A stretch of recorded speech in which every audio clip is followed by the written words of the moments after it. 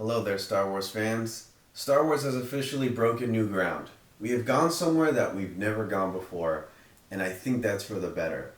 I think we've played enough in Georgia's sandbox, and we need to go somewhere else. Anyway, it's good to get out of the known galaxy, and I'm excited to see where this goes. Let's start off with the beginning. So, Hu Yang and Ahsoka are talking, and he tells her about this story from a galaxy far, far away. He talks about the history of the galaxies. I'm guessing Peridia is one of those galaxies that he's talking about. Which part are we on right now? Are we at the end of 3? Are we in part 4? I'm not sure. Maybe we're in the middle of it. Who knows? Now, Baylan mentions these stories to Shin. He talks about fairy tales and old children's stories told in the temple about power that was unimaginable. Did Hu Yang tell Baylan about these tales? Or were they just prevalent among the Order? Could be cool if Ahsoka and Baylan are just a few degrees of separation from each other.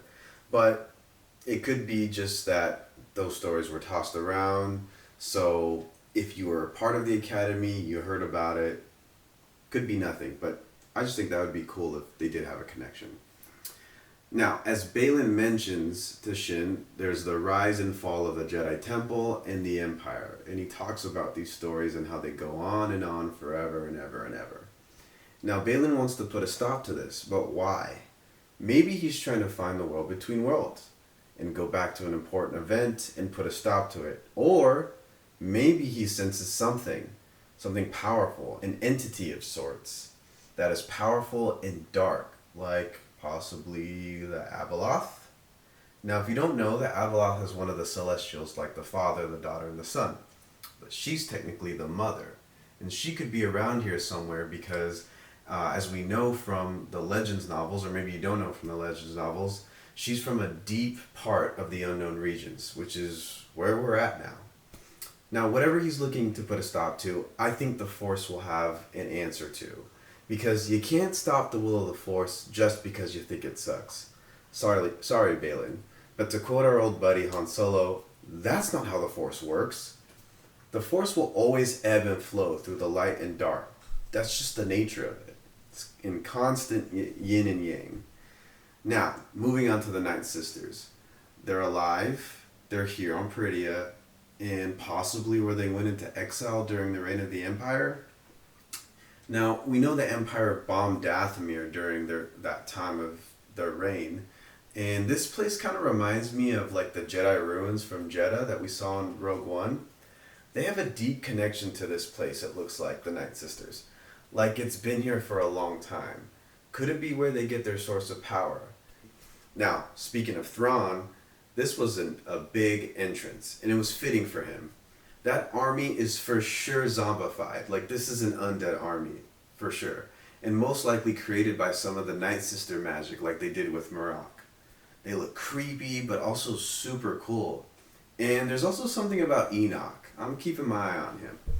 Maybe he's a version of Rook, who was a high-level assassin from the Thrawn series that I mentioned earlier. Will he be Thrawn's demise like Rook was in the Legends novels? Thrawn is very untrusting of Force users.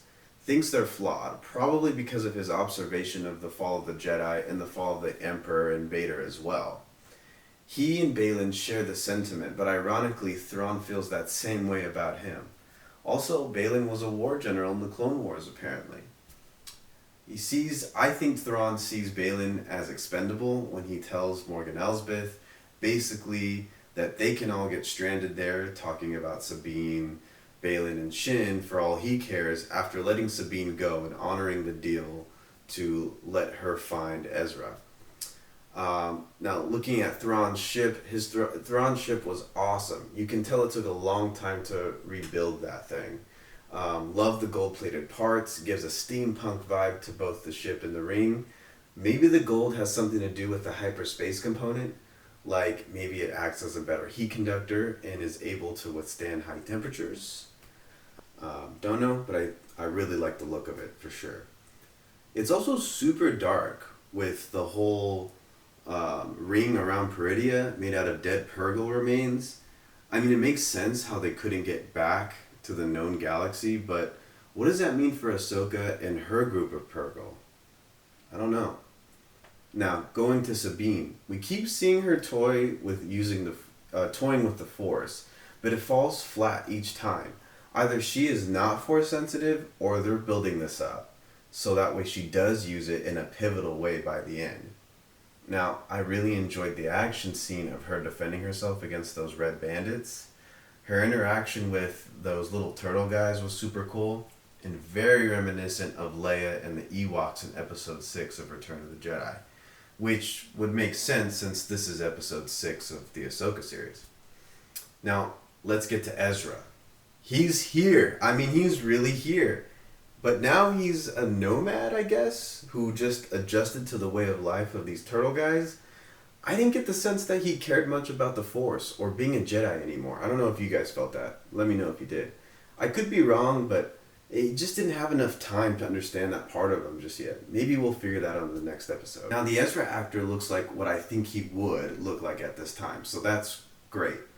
Also, my only gripe so far in this episode is that the interaction between Ezra and Sabine was a little underwhelming. I think it should have been bigger in my opinion. I mean, I'm just saying it looked kind of mild of a reaction after being separated during a battle for many, many, many years now. I don't know the exact amount of time, I'll have to look that up, but it's been some time. Now, moving on to Baylan and Shin. So Baylan says he misses the idea of the Jedi, but he thought they were weak. He calls Ezra a Boken Jedi. And to me, I think that means a Jedi with no formal training. See, Kanan Jarrus, Ezra's master, didn't finish his training himself because it was during Order 66 and his master died during that time. And maybe this is a phrase used to describe some kind of informal training. So Shin asks, so is that what I am? And Baylan shuts that down immediately and says, no, I trained you to be something more than that. What is that? Is that them trying to be somewhat of a dark Jedi or something else? This show does address the gray area a lot with both Ahsoka and Baylan and Shin operating outside of the Jedi code, but not quite a Sith either.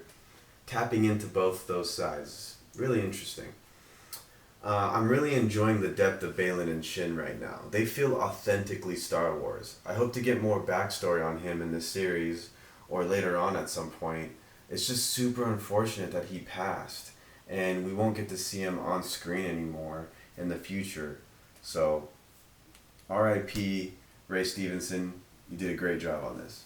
Now, Thrawn wanting to know about Ahsoka and her master. This means he's going to find out that her master was Vader himself. He doesn't know this info yet, or he knows that Anakin was Vader, but doesn't know his relationship to Ahsoka. That's interesting. This could be something he uses to his advantage. Maybe tapping into that dark side of her to recruit her as a Force user to help him fight his cause. Now that could be really out there, I don't know. Maybe he'll reveal this grand plan to her, which could force her hand to help him. This is one of those challenges Anakin presented her within the lesson of the last episode. Now, will she succumb to the dark side, or will she choose to live in the light, like he talked about, like the whole episode was about? I think the answer should be obvious here, being that she was given a second chance at life, but we could get a twist at the end, or just see that info that he has on her used against her heavily as a tactic. Overall, solid episode. Can't wait for next week's. Let me know. Did you like it? Did you not like it? But until then, may the Force be with you. I'm out.